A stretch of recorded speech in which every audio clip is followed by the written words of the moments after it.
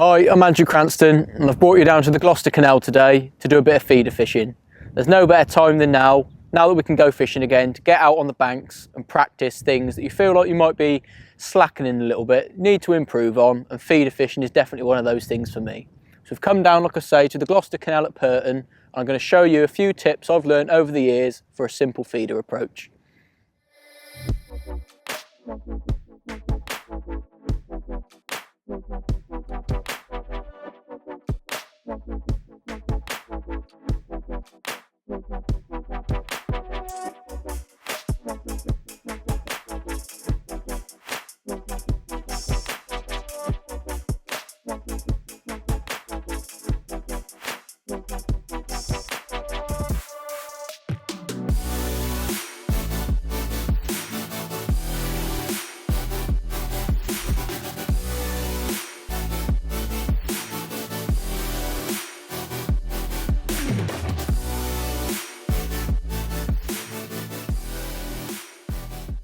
I'll just run you through the baits I'm going to be using for today. We'll start off with the ground bait. For today's session is going to be F1 Dark and Pro Thatchers Original. I'm going to mix that 2 parts F1 Dark to 1 part Thatchers. I think that's going to be just about right for today. And then moving on, I've got a selection of natural baits for both hook baits and feeding. I've got pinkies, both alive and dead, maggots alive and dead, some casters, and also some worms. I've got 2 different types as well. I've got some slightly larger worms, which we'll use for chopping, and also some lovely small worms, which are going to make brilliant hook baits. Right, that's the bait. We'll move on to mixing the ground bait now, and then we'll go and have a look at the setup and the peg. Okay, so on to mixing the ground bait then. As I said, the mix I'll be using is F1 Dark and Pro Thatchers Original. Mix 2 parts F1 Dark to 1 part Thatchers. Now, the reason I've opted for this mix is because the F1 Dark is a firm favourite among anglers that come to this venue, and we found that fish seem to sit over it brilliantly. So that's definitely going in my mix today. And then adding 1 part of the Pro Thatchers just adds a higher fish meal content to my ground bait, which I think is going to be really good for attracting an odd bigger fish into the peg. I mean, we're going to be fishing mainly for bream today, and there's even a chance of a tench where we're sat. So that's going to be a really good addition into my mix. I'll show you now how to mix it. I always like to measure my ground baits out before I mix it up, just for future reference, so I can gauge how much water I need to add to a certain mix, and so I can play around with it really. So like I say, I'll be adding 2 parts of the F1 Dark. 1.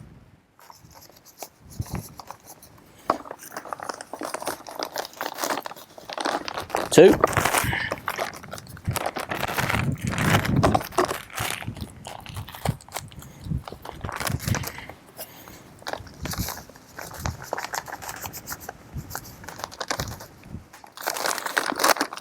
1 of the Thatchers.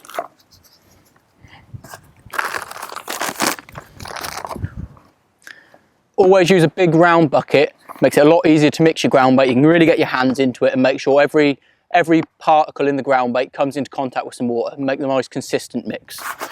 Give that a quick whiz around with my hand to get both the ingredients mixed together, and then I'll start to add some water. Just add a little bit of time, just make sure you don't overwet it. You want to get it dead right. If you overwet your ground bait when you're feeder fishing, it can become an absolute nightmare for putting in the feeder. It's too wet, and when you've chucked out, it might not always come out of the feeder, so you definitely don't want to be overwetting it. You really want to take some time to make your ground bait absolutely perfect.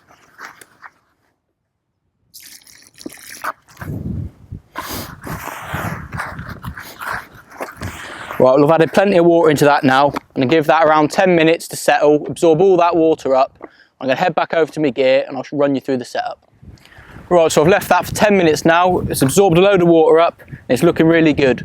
All we're going to do now is pass through a riddle, get some more air into the mix and make it really nice and fluffy, which will be perfect for putting through the feeder.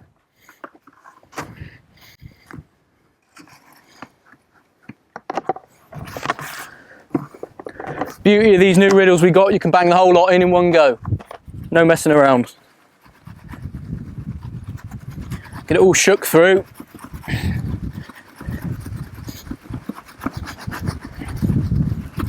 And towards the end, just push those last few lumps through.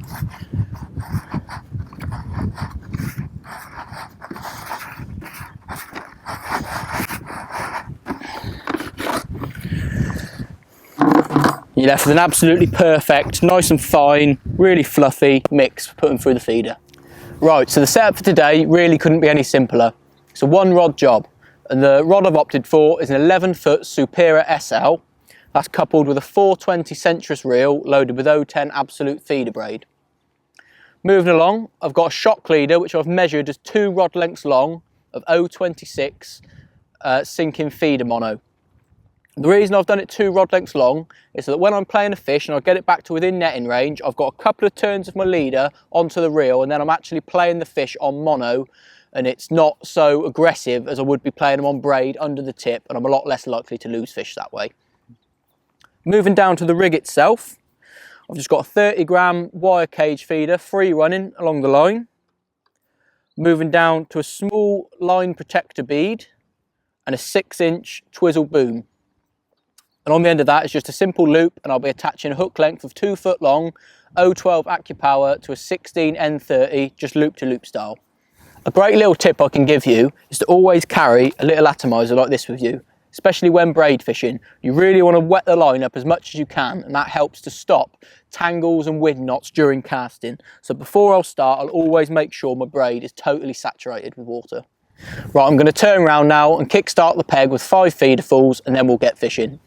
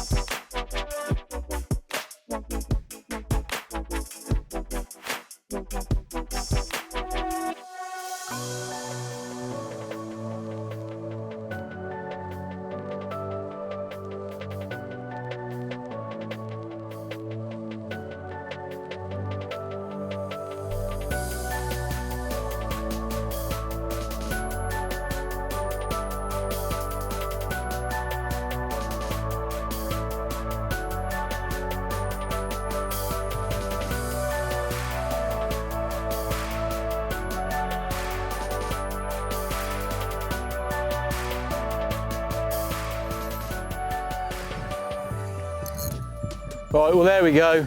Just hooked into another bream. I think that's number 6 for the session now. We've only been fishing around an hour. The sport has been absolutely fantastic. The rod and the setup has been perfect for these fish. And a joy to use, really. Fishing with a 1/2 ounce tip, just been perfect. So far I've caught all the fish on just a section of worm around 1.5 inches long, and just putting a little bit of chopped worm, caster, and a few dead maggots through the feeder. See if we can get this one out.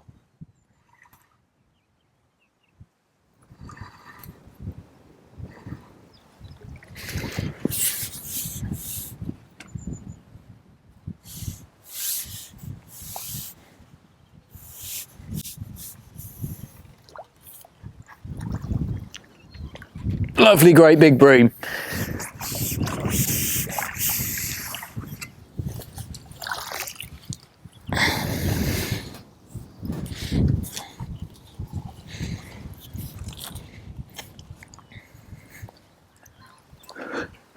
Absolutely fantastic fishing. Let's get him on hook, slip back, and we'll have another chuck and see if we can catch another one.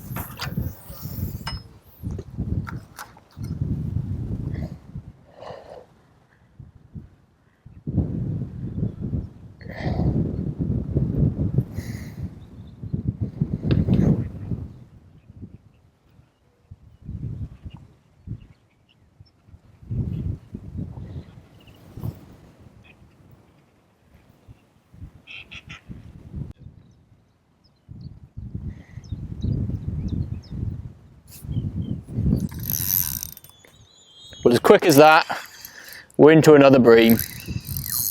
As I said, the sport really has been fantastic.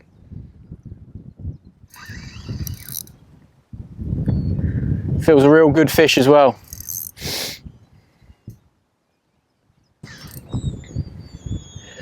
But it seems like there's a load of fish in the peg now, so what I'm thinking is I might be able to get away with feeding a lot more bait and even dragging some more fish in and really stepping the catch rate up another level. Feels a really good fish, this one.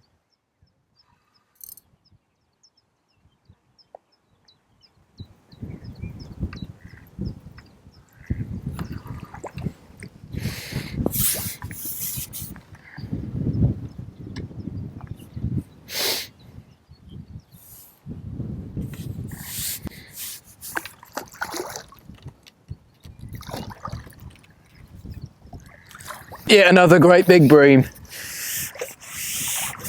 Doesn't get much better than that.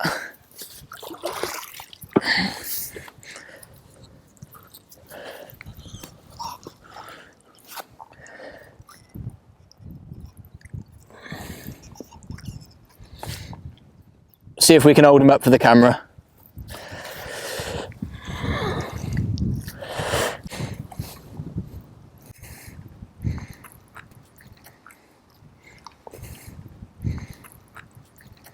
Right, we'll get this one slipped back and see if we can catch a few more.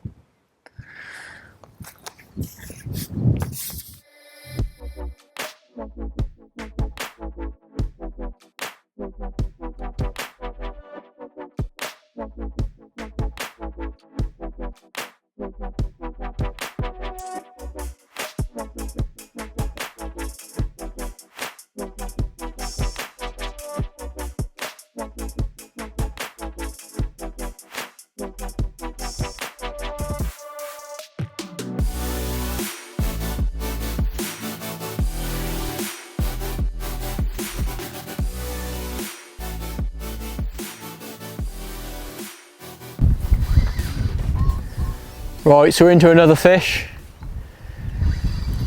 Sport's still been really good. I mean, there was a spell earlier on where we literally caught a fish every single chuck, great big bream, up to £5 plus. And then we went through a little funny spell where we weren't getting so many bites and it was almost like there was hardly any fish there. So what I ended up doing, and this is a great little tip, which I've done a lot before, and all that was, I just took my hook length off, filled my feeder up, but really, really lightly squeezed it.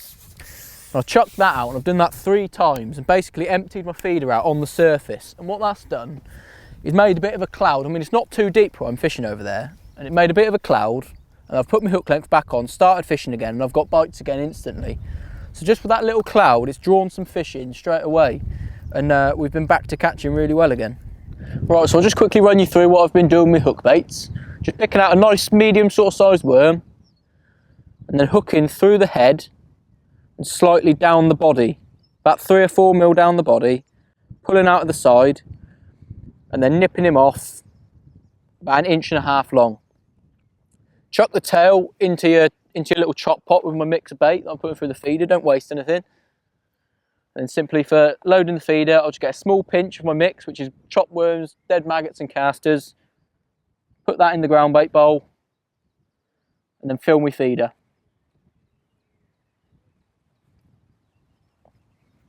And we're ready to chuck out again.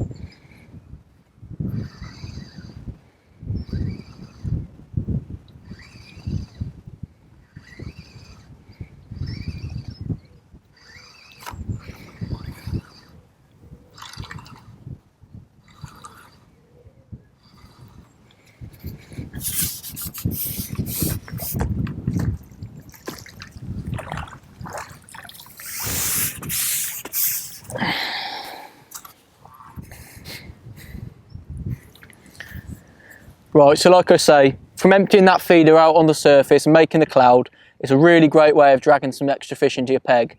I mean, generally, to start with, it drags the smaller fish into your peg, but I really don't mind that because they're great weight builders like that. And it also creates some competition in the swim, which in turn is going to drag some bigger fish onto the bait. I'll get this one slipped back. We'll have one more chuck out and see if we can catch a great big one to end on.